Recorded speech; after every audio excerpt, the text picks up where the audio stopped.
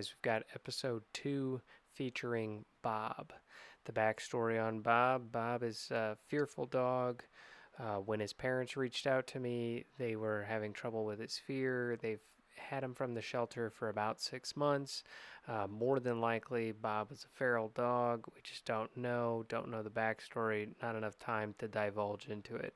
But some of the things that the family was reaching out to me about was they couldn't take Bob on a walk without the two of them, and when they would be in the house, Bob would be in one room, and then if Dad came into the room, Bob would go into the other room. And they would just play this game of change the rooms for about 6 months before they reached out to me. So, hope you guys enjoy this. Bob is a slow moving dog, but this is one way to work with a fearful dog and how to get them a little bit more confident, starting with the place command. So now this is going to be a little bit of fear. Good job, buddy. But all I'm going to do is let him sniff me. Oh, you're just going to sit? Okay, there you go. Has he gotten on this yet? He gets on it when his bed's on there. Okay. All right. So the height is not the problem. I think it's the squeaky. Could be. Come on. So now we've got a little bit of fear. And what I want to do is I want to teach him by showing him where I want him to be. So now he's got pressure because he's backed into it. Bob, come on. Come on. Come on. You can release it. Now, it's gone tight on him. So the only way to release it is to come closer to me. All right, bud. There you go. Good job. Think of it kind of like a kid screaming at the store for ice cream. If I come to the kid and I give the kid ice cream, every time we go to the store, the kid's going to scream for ice cream. Okay? So the same thing with Bob right now. Like if I come up to Bob, and Bob made the leash tight right now, if I relax this leash, Bob's going to learn that freaking out, good job, buddy, gets him to relax the leash. Super important, guys. This is one of my fundamentals with working fearful dogs is ultimately, what do you want the dog to do? Ask yourself 2 logical statements. Is the dog being hurt or harmed? And if the answer is no to both, then keep going. Their fear is irrational. It's coming from a place of lack of understanding, a lack of direction. And so why would we want to go with a fearful dog's decision making? It's just not going to help the situation. You have to show them how to be confident by leading them. Okay? Pressure on, pressure off. Big, scary pressure. Today's pressure is the slip lead, as you guys can see. Big, scary pressure. Oh, bud. There you go. Here, take it out of my hand. There you go. So I'm not a dog whisperer. Okay, that stuff's phony. Doesn't exist. This is just working a lot of dogs. Okay. Now what I want to do is I want to warm him up to the idea of getting on this thing, because a dog's willingness to do something, like if he wants to do a sit, that has nothing to do with obedience. That has everything to do with his desire to do something. So here we're talking about how obedience is the dog doing a command based on our ask rather than on their terms. And why a lot of people struggle when I say obedience is the fix is because they think their dog has obedience, but the reality is that it's on their terms and not the human's terms. And that is the big missing component with most dogs' obedience. Get used to the idea of being put into something by us, which teaches him. This is the cool thing about Bob. Generally speaking, I'll use leash pressure to get these fearful dogs to kind of come out of their shell and follow us. But with Bob, he just kind of opened up on his own. You can see here, he's just kind of stepping up. He's following the food. He's hopping up on the platform. There's no leash pressure. I'm right there at his level. I'm all up in his grill, and he's deciding, maybe I'm warm to this idea. Right now at this stage, this isn't a big deal. This isn't like the Super Bowl, but this also isn't like the end of the world for him to move this slow. This dog is learning how to trust, it's learning how to be led, and it's more important that the dog wins than it creates light switch compliance. And you guys will hear this from me a lot, because dog training should not be a light switch, because there's probably more things going on other than you thinking that the dog is compliant. There's probably some level of trickery on the dog's end, whether it knows what you want so it plays the game, or it's terrified of doing the wrong thing, so it just immediately complies when it really doesn't learn anything from that light switch compliance. So here we're talking about one of my bigger pet peeves when it comes to fearful dogs, and that's people feeling sorry for their dog and giving their dog the "it's okay, it's all right," all of that verbal throw up. Here's the rest of it. Check it out, guys. Oh my goodness. You say, it's okay, you're okay. Dogs don't know what that means. Right, but what you sound like to a dog is probably like Charlie Brown's teacher, and you're going, wah, wah, wah, wah, wah. Like the dog's already like, what are you asking me to do? Yeah. And you're just going, wah, wah, wah, wah. Of course the dog's freaked out. Yeah. So there's no need to say that anymore. Okay. Okay? We're going to teach him to be brave Okay. by being brave ourselves. All right. Okay? He's not being abused. No. There's no neglect in here. He needs to be shown how to be brave.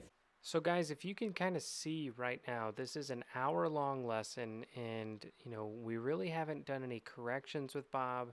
I've done a lot of talking, a lot of teaching, but there's a purpose behind why I do this, like why I break these moments down, and I give the dog plenty of time on the command without any pressure from me to do the right thing or the wrong thing. I just let them hang out.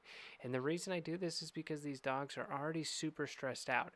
As you can see, we've gone back into that fight or flight, and ultimately, if I'm just doing repetition after repetition after repetition, A, the parents aren't learning anything, and B, the dog has no chance to take a deep breath after going through that fight or flight. So if you're wondering to yourself, like, hey, why does Brandon put this dog on the platform and just let it hang out there for so long and then talk to the parents about, these little intricate things? Well, I'm doing it for the human's benefit, but I'm also doing it for the dog's benefit as well, because even though they may have been designed as tools, they're not machines. They're living creatures. He's struggling right now, and ultimately I want to get him to the finish line. I don't want to just think about slamming him with obedience, slamming him with compliance right at the gate. I'm absolutely going to teach it to him this lesson, but I'm not going to focus on thousands of repetitions in this first incident of being on a leash with me.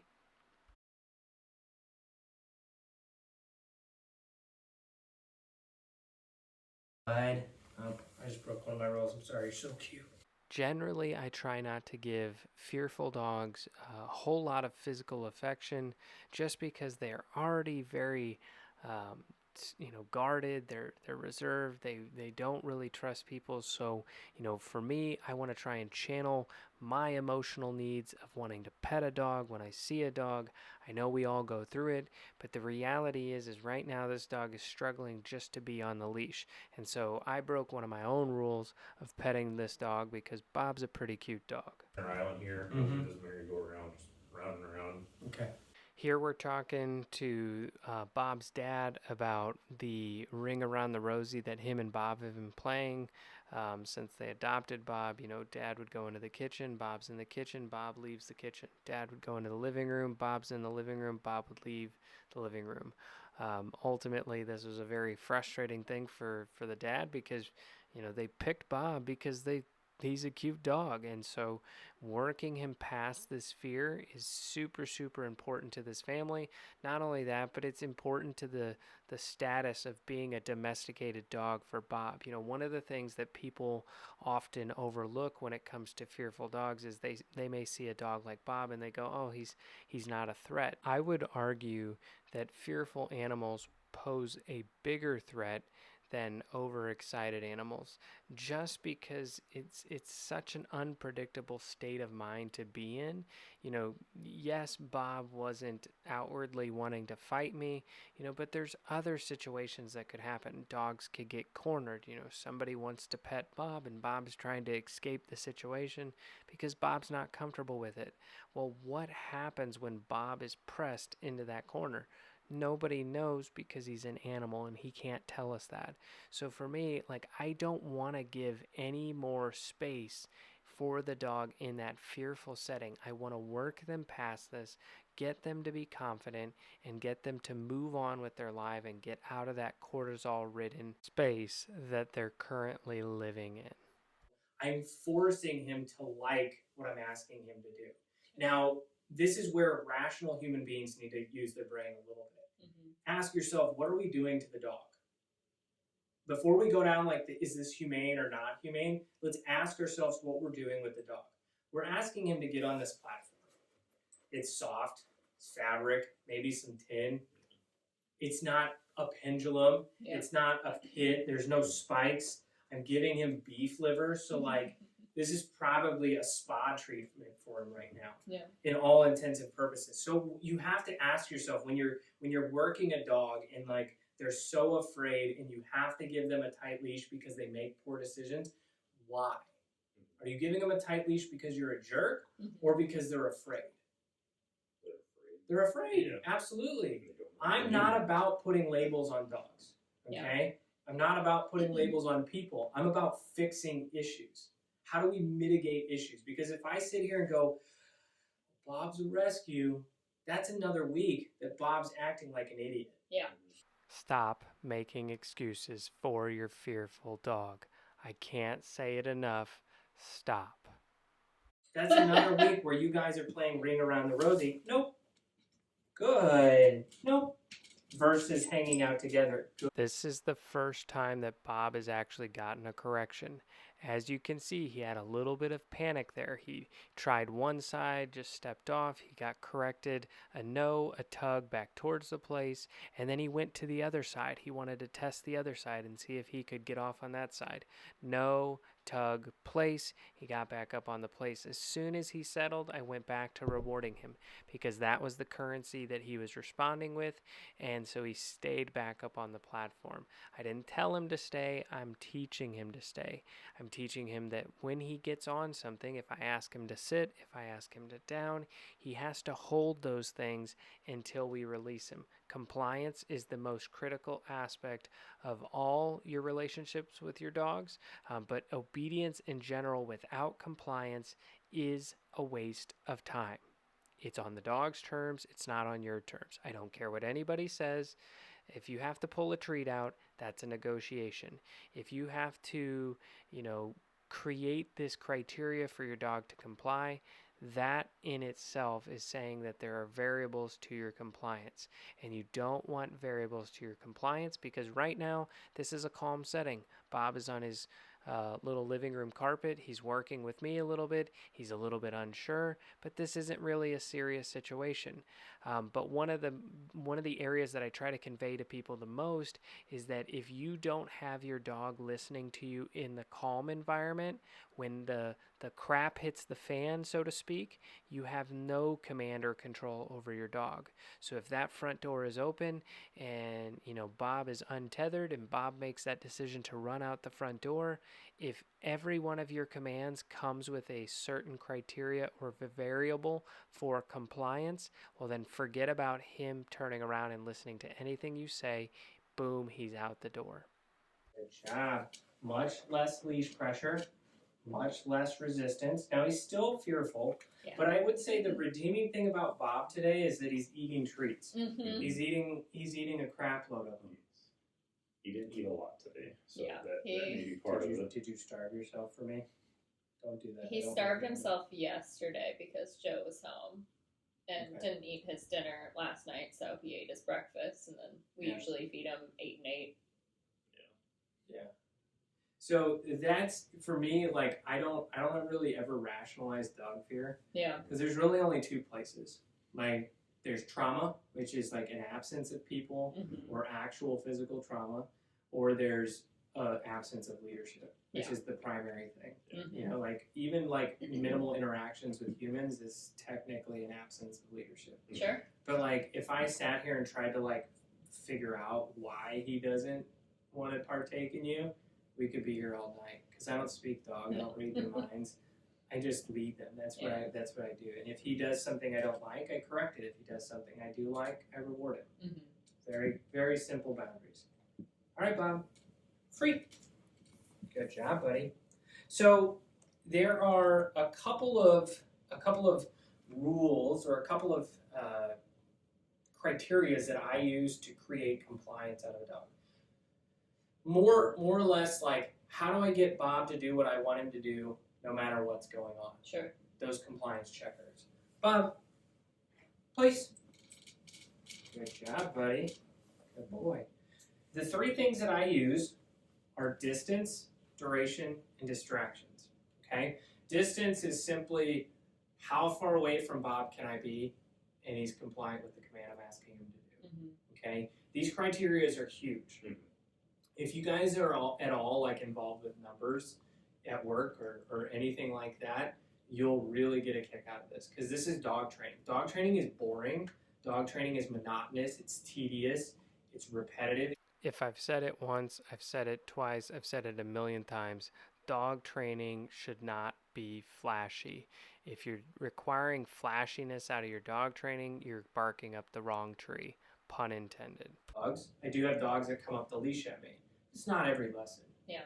It's not every session. It's not every day. It's probably going to be tomorrow, but it happens, you know. But that's not the reality of dog training. Dog training is very tedious because you want him to understand through repetitions or consistency what you want him to do. So I want to use distance to kind of verify those things from him. Right now we've got a 4-foot slip lead, so about the farthest I can get away from him is about 4 feet. Sure. Can he handle 4 feet? That's on him, Mhm. and that's something that we'll want to be able to test. Duration is how long at how far can he be compliant with the command, and then distractions is more than anything is probably everything for Yeah. him. More specifically, it's probably going to be you, Dad. And I don't think it's going to be a problem. I think by week 2, you're going to be like, different dog. Mhm. Holy crap. Like, this is awesome. Because I see how fast, I see how fast he opened up for me. Yeah, And I'm a that's- stranger. And I smell like probably 5 or 6 girl dogs. That's what. Oh. Hey, you don't want to bark up that tree, buddy. Trust me, she is an awful one. Okay. Okay, this is the most thing. Just this. It's is interesting 9 to, day. yeah. I mean, I can get him to sit a little bit easier than I think Joe can, but definitely. I mean, we have never gotten him on the platform without the bed on top of it. 'Cause Sure. he has no problem getting into a bed, but Well, and this is something like I really want that. So I'm a balance trainer, right? And I told you guys I didn't know that there was anything different up until a couple of years ago. And in the purely positive realm, it's all like idealism. Like Yeah. ideally, I have a child and I never ground them. I never have to tell them no. They just do everything right. That's not reality. No. Like my dog might be afraid of stairs. Okay. Well, show them that they don't have anything to be afraid of. Yeah. Yesterday, I had a lesson with a little Labradoodle. Oh my gosh, Labradoodles are the most dramatic, especially boys. They're the most dramatic dogs on earth. And this dog, the dad goes, "Oh, we got to go down this way." And I was like, "No, we're not. We're not going down the other set of steps." And he's like, "Well, that's the set of steps that he likes." No, No. we're going. They're the exact same type of steps. Yeah. We're going down these steps. Okay, well, he doesn't really like it. And so what I did is I gave him a little less leash and I guided him down the steps. He freaked out initially, but as soon as he saw that I was walking, he was like, "Oh, I guess I should walk." Nope. Place. Good. Very quick, light correction. Boom. Bob is up on the place again. Despite what you may hear and what you may see, this is where you start. You start here. You don't start with anything wild. You don't start with anything real heavy because this dog doesn't know what you want it to do. You have to teach it what you want it to do before you can correct it for something that it doesn't know what to do. The front, all of these things are variables to his compliance. So kind of use those criteria to kind of engage with him and teach him broader that place means place. Sure. Okay? Did you notice that I didn't say stay? Yeah. Because it's not a word that dogs know. Yep. They can't know it. The reason they can't know it is because let's break this down for a second. So, free. Good job, buddy. Okay, Bob. Place. Now a little bit of fear. Good. Good job, buddy. I say the word place. There you go, buddy. What he knows is that he has to hop up on this thing to get that treat. He has to physically hop up on here to obtain the treat. If I say stay after I say place, what is he physically doing different between place and stay? Nothing. Yeah. And for dogs, it's not about talking them through their problems, it's about showing them through their problems. Words have to have actions or consequences associated with them to matter to the dog. Sure. Okay? Less is more for dogs. Yeah. I know I need help with that one. It's okay. There's always a dog parent in the home. Yep. Always one. Definitely find myself. Can you sit? Uh-huh. No. Free, buddy. Yeah, cool. Well, because at the end of the day, if Bob doesn't sit when you say, can you sit? Yeah. You have to correct him because those are the rules. If I say sit and you don't sit, even though you added 2 words on there that he doesn't know. Yeah. Okay, Bob. Place. Good job, buddy. Now, his willingness to do this right now, and I think this is going to be more of a mom issue than it's going to be a dad issue. He's doing a great job right now. Yeah. This doesn't mean squat. No. Okay? Every time I approach a dog, I approach them as if they don't know what I'm asking them to do. So what I'm trying to convey here is that when I approach dogs, I approach them as if I'm dealing with the lowest common denominator. I don't approach dogs as if they're the smartest creatures on earth, because the reality is that every dog owner, every pet owner is going to tell you that their dog is a genius. They're going to tell you that their dog is the smartest thing on earth. And if you're standing there believing them that this dog is the smartest thing on earth and the dog isn't that smart, well, you're the idiot standing there with a leash believing that this dog is a genius. So what I would rather do is expect the dog to do the wrong thing and give them what they need versus being surprised by them doing the wrong thing and being late to the correction party. I would much rather be surprised by them doing the right thing and take a couple seconds to give them a treat, because at the end of the day, affection can be delayed a little bit and the dog's not going to have a meltdown. That's how I get away with not saying stay, because, well, it doesn't work, but that's how you teach them to stay. Good job, buddy. And that's not a negative perspective on a dog or anything. That goes back to my earlier statement about dogs can't be consistent. They're dogs or animals. Yeah. I mean, he can show a little bit, like where you're like, oh, he does the thing. Every time I shake the bowl, he does the thing. But that's low level thing. Oh, he drools when I bring the bone out. That's more of a physical response than it is anything else. Yeah. Good job, buddy. Good boy. Ready? Free, bud. Good job. Okay, Bob. Let's go. Place. Go.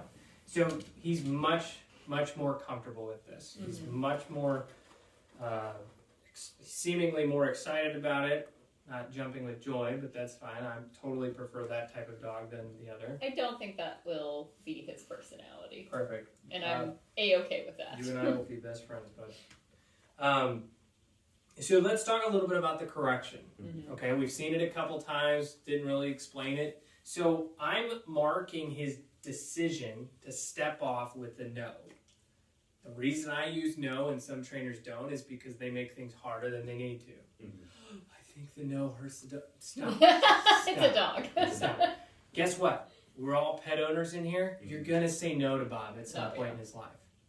And you want it to mean something. Yes. When Bob's digging in the trash can going, ooh, I want some turkey from Thanksgiving, you're going to want no to actually mean something. So no is a good marker word for us to say, hey, don't do the thing. Yeah. We need to reinforce the no with the pressure. We need that pressure to say, no, back over here, this is what I want you to do. And the pressure is in a direction where I want him to be. Right now, I want him to be on the place, so I'm popping in the direction or tugging with the slip lead in the direction I want him to be. And then I recommand him with place. Okay? Does that make sense? Okay. In your guys' email tonight, you're going to get, and it's going to say 80-20, and it's going to say pressure is a scale. And so 80-20 is in reference, place, good job, is in reference to the challenge that we're asking him to do. Now, obviously, when a dog is fearful, everything is a challenge, so you can't just tiptoe around it. You just have to go towards it. Do we want him to get better in a year, or do we want to get him better in like a couple weeks? Yeah. Because both are attainable. One is boring and drawn out, and the other is kind of fun and rewarding. Yeah. But you want to look at 80-20.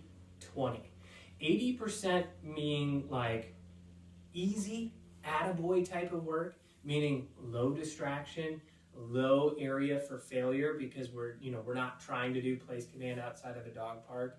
We're not trying to, while there's a parade going down the street, we're not trying to do place command in the front yard. Until he's ready for it. And then that 20% is like when you look at the correction aspect of what we're asking him to do. If he's getting over 20% of corrections, there's something wrong there. Either he doesn't understand what we're asking him to do, or the pressure is not enough to motivate him in that situation. More than likely, the slip lead is not enough pressure to motivate him through every scenario. Sure. But because he's a fearful dog, I try to use the slip lead as kind of like a peacemaker with the dog. Like, I'm going to get you to do what I need you to do, buddy. It's going to happen. I'm sorry. Yeah, I'm sorry. It's going to happen today. You're going to do what I'm asking you to do, but I'm going to be a little gentle about it. That's why I use the elastic. That's why I use the slip lead in these type of sessions, the first one. But as he gets more confident, you're going to go, wait, what happened to that scared dog that hid in the corner? Why is he being ornery? Well, because he's becoming more confident. And so in those situations, we're going to need a pressure that motivates him to do the right thing. Okay? The analogy I use all the time is like, imagine your parents grounded you from books and you don't read. You'd be like, Mom, Dad, this is the greatest punishment you've ever given me in my life. I'm never going to do that thing that you're mad about I did ever again. This was literally me. I'm never going to do it again. So we need to find something to ground Bob, in theory, from what decision making he's making. If I'm going, Bob, don't do this thing over and over and over again, does it matter? No, it doesn't matter. So we got to find something that does matter to him. Okay? Okay, guys, I hope you enjoyed this footage of me working with Bob. As you can see, it's a little bit different than George, but the same result happened at the end. We got Bob to hop up on the platform in a much more calm, controlled approach versus being skittish and fearful. And so, at the end of the day, what I want to summarize this with is stop giving your fearful dogs so much latitude in their fear. Help them pass this. Don't worry about labeling the cause of their fear. Worry about getting them past the fear. All right, guys, I hope you enjoy this footage. If you've got some comments, if you've got some questions, leave them down below. If this is your dog, if you're seeing your dog on this screen, then absolutely reach out. We can absolutely help you with your dog.